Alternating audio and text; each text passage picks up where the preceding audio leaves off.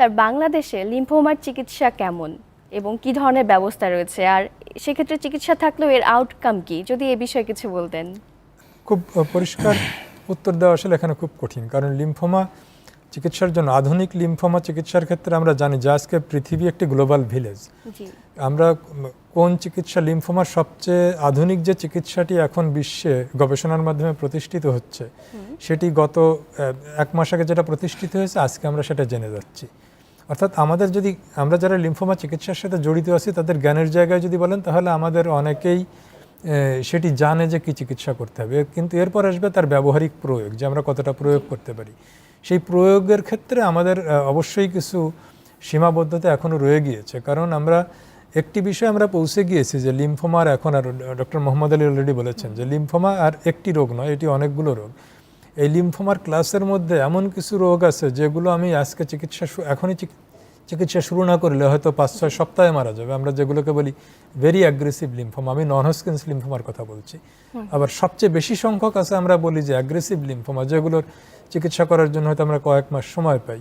আবার কিছু কিছু আছে এতটাই স্লোলি প্রোগ্রেস করে যে এই লিম্ফোমাগুলোকে আমরা চিকিৎসা শুরু পর্যন্ত করি না, যে আমরা দেখতে থাকি যে এটা আসলে কি নিষ্ক্রিয় অবস্থায় থাকে না সক্রিয় হয়। এটি জানার জন্য আমাদের প্রধান কাজই থাকে যে এটাকে সঠিকভাবে নির্ণয় করা, এবং সঠিকভাবে নির্ণয় করার জন্য যে biopsy, histopathology, it start from there. কিন্তু এরপরে আরও কিছু অত্যন্ত sophisticated stepwise algorithm follow করে কিছু টেস্ট থাকে। অর্থাৎ ঢাকা থেকে চট্টগ্রাম যেতে হলে যেমন আমি কাশপুর না যাওয়া পর্যন্ত জানি না ওখান থেকে ডাইনে না বামে যেতে হবে, সেরকম এই পরীক্ষাগুলোর ক্ষেত্রেও ফার্স্ট স্টেপে কিছু পরীক্ষা করে আমি জানি যে এরপরে কী করতে হবে, এরপরে কী করতে হবে, এরকম step by step immunohistochemistry, even কিছু genetic testing, complete gene profiling ইত্যাদি করে আমরা একটা ফাইনাল ডায়াগনোসিস পাই। তখন আমরা রোগীকে বলি যে আপনার রোগটা এই, এর মধ্যে কোনোটা আছে আপনার ভালো হওয়ার সম্ভাবনা 70%, আবার কোনোটার ক্ষেত্রে আমরা বলি no sorry, you are really bad, probably আপনার সম্ভাবনা 30%-এরও নিচে।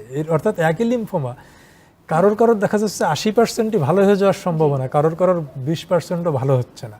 এই চিকিৎসা প্রয়োগের ব্যাপারে আসলে আমরা বেশ ভালো অবস্থায় আছি। আমরা এই পরীক্ষা নিরীক্ষাগুলো যদি ঠিকমতো করতে পারি, এই পরীক্ষা নিরীক্ষার ফ্যাসিলিটি আমাদের দেশে অনেক কিছুই ছিল না, এখন অনেক কিছু এস্টাবলিশড হয়েছে। কিছু আমরা আউটসোর্সিংয়ের মাধ্যমে, যে বললাম গ্লোবাল ভিলেজ, আউটসোর্সিংয়ে পাশের দেশ থেকে অনেক পরীক্ষা আমরা করে আনতে পারি। এখন কিন্তু আন্তর্জাতিকভাবে এক দেশ থেকে আর এক দেশে টিস্যু পরীক্ষার জন্য যায়, সব দেশেই যায়।